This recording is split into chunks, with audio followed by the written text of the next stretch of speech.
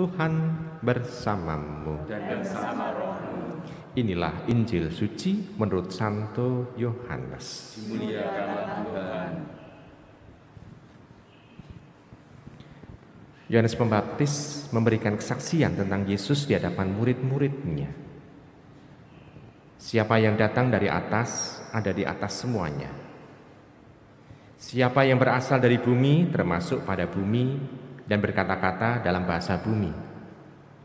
Siapa yang datang dari surga, ada di atas semuanya. Ia memberikan kesaksian tentang apa yang dilihatnya dan yang didengarnya, tetapi tidak seorang pun menerima kesaksiannya. Siapa yang menerima kesaksiannya, ia mengakui bahwa Allah adalah Allah. Allah adalah benar. Sebab siapa yang diutus Allah, dialah yang menyampaikan firman Allah, karena Allah mengaruniakan rohnya dengan tidak terbatas. Bapa mengasihi anak yang telah menyerahkan segala sesuatu kepadanya. Barang siapa percaya kepada anak, ia beroleh hidup yang kekal. Tetapi barang siapa tidak taat kepada anak, ia tidak akan melihat hidup, melainkan murka Allah tetap ada di atasnya. Demikianlah sabda Tuhan. Terpujilah Kristus. Ibu, bapak, saudara-saudara terkasih dalam Yesus Tuhan, aspek percaya kepada Sang Firman atau percaya kepada Putra Allah sudah disampaikan sebelum Tuhan Yesus mengalami sengsara, wafat, dan bangkit. Maka pada bacaan hari ini, bacaan hari Minggu, bacaan pagi ini, kita bisa melihat Yohanes Pembaptis lah yang memberikan kesaksian mengenai siapa Tuhan Yesus itu. Dan itu diletakkan pada masa Paskah kita untuk menjelaskan bahwa pewartaan mengenai kebangkitan atau mengenai percaya kepada siapa yang datang dari surga itu sudah dimulai semenjak Tuhan Yesus itu berkarya. Jadi aspek percaya itu tidak hanya karena Tuhan Yesus sudah bangkit, bukan, tetapi semenjak Tuhan Yesus berkarya, dan itu sudah disampaikan oleh Yohanes Pembaptis. Sehingga kita juga bisa tahu bahwa beberapa rasul, beberapa murid Tuhan itu juga adalah bekas murid dari Yohanes Pembaptis itu. Dan di sana kita bisa melihat bahwa yang mau diberikan kesaksian oleh Yohanes Pembaptis adalah bahwa Tuhan Yesus itu datang dari surga. Kalau datang dari surga, Yohanes Pembaptis itu mengatakan, kenapa dia datang dari surga? Karena pada waktu dia membaptis, dia melihat bahwa ada burung merpati dan ada suara yang mengatakan tentang identitas Tuhan.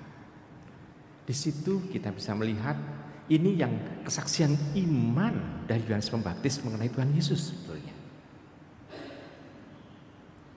Lalu ada teman yang bertanya, kalau Yohanes Pembaptis tahu bahwa dia datang dari Tuhan, kenapa Yohanes Pembaptis tidak mengikuti Tuhan Yesus?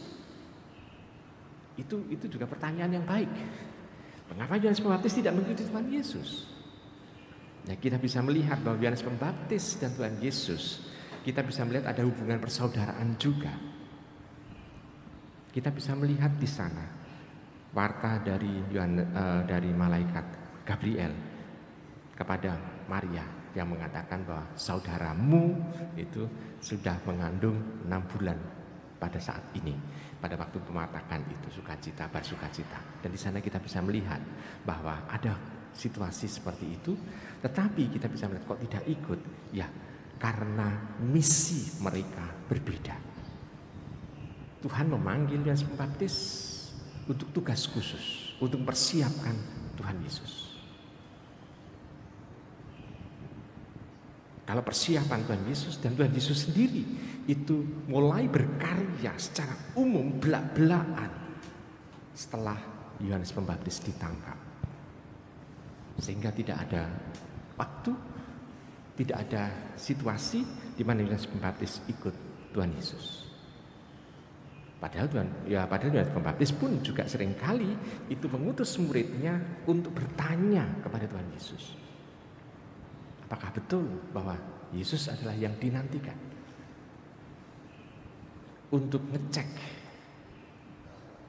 Dan di situ kita bisa melihat ada sesuatu. Sesuatunya apa? Sesuatu bahwa Yohanes Pembaptis pada waktu dia bertanya pun dia tidak hanya sekedar ngomong, tidak hanya sekedar nubuat, tetapi juga ngecek. Ada checking. Nah, kalau ngecek, ada cek seperti itu, dia juga memperlihatkan bahwa dia bertanggung jawab dengan apa yang dia omongkan. Ibu bapak, saudara kasih dalam Tuhan. Kalau kita seringkali itu, apakah kita juga seringkali sama dengan Yohanes Pembaptis? Kita berbicara sesuatu, tapi apakah kita juga seringkali juga ngecek apa yang kita omongkan ini benar? Karena kita kadangkala kita juga cenderung sekarang dengan zaman medsos ya, zaman medsos itu cenderung mengikuti apa yang diomongkan orang sebelum orang ngecek. Kadangkala seperti itu, sehingga kita hanya istilahnya itu Kelly dalam arti itu ikut arus begitu.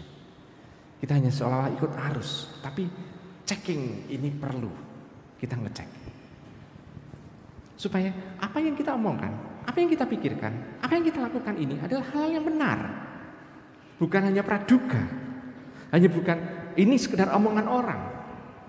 Kalau kata-kata ini omongan orang, ini adalah pendapat orang, kalau itu salah, kita sembunyi di balik orang lain. Saya hanya mengikuti orang aja kok.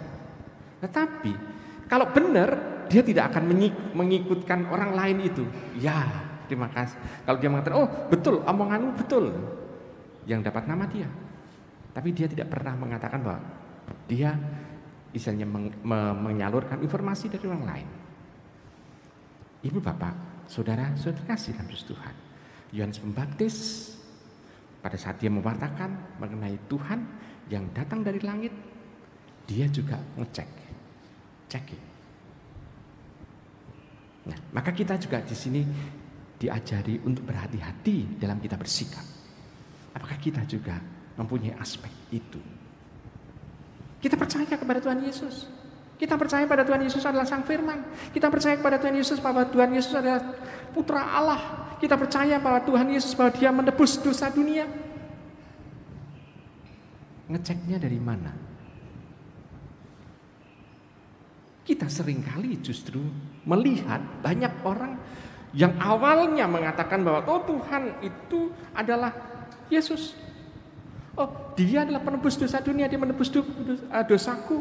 Tetapi kita bisa melihat pada waktu orang itu kepepet, dia ingin naik pangkat, tiba-tiba dia meninggalkan gereja, tiba-tiba dia meninggalkan Tuhan Yesus. Kita seringkali melihat itu. Kok mudahnya? Karena apa? Karena pada waktu dia meyakini itu, mengimani itu, seringkali checking itu tidak dia lakukan. Sehingga dia seolah-olah hanya mengikuti arus iman yang diwartakan oleh gereja. Tapi mempertanggungjawabkannya ini sedikit sekali. Maka kita sebetulnya diajak oleh Tuhan Yesus, seperti Yohanes Pembaptis ini, mengecek, mencoba untuk mempertanggungjawabkan apa yang kita imani ini. Sehingga apa yang kita yakini, apa yang kita imani ini, kepercayaan kita bahwa Tuhan Yesus itu adalah Tuhan yang bangkit dari mati, ini bisa kita pertanggungjawabkan. Dan kita juga bisa bangga, kita bisa bersyukur karena kita diikut sertakan juga dalam kebangkitan itu nantinya. Sehingga kita mempunyai harapan paripurna kehidupan kita akan mengalami kebangkitan bersama dengan Tuhan Yesus. Ini juga perlu ada pertanggungjawaban juga dalam kehidupan ini.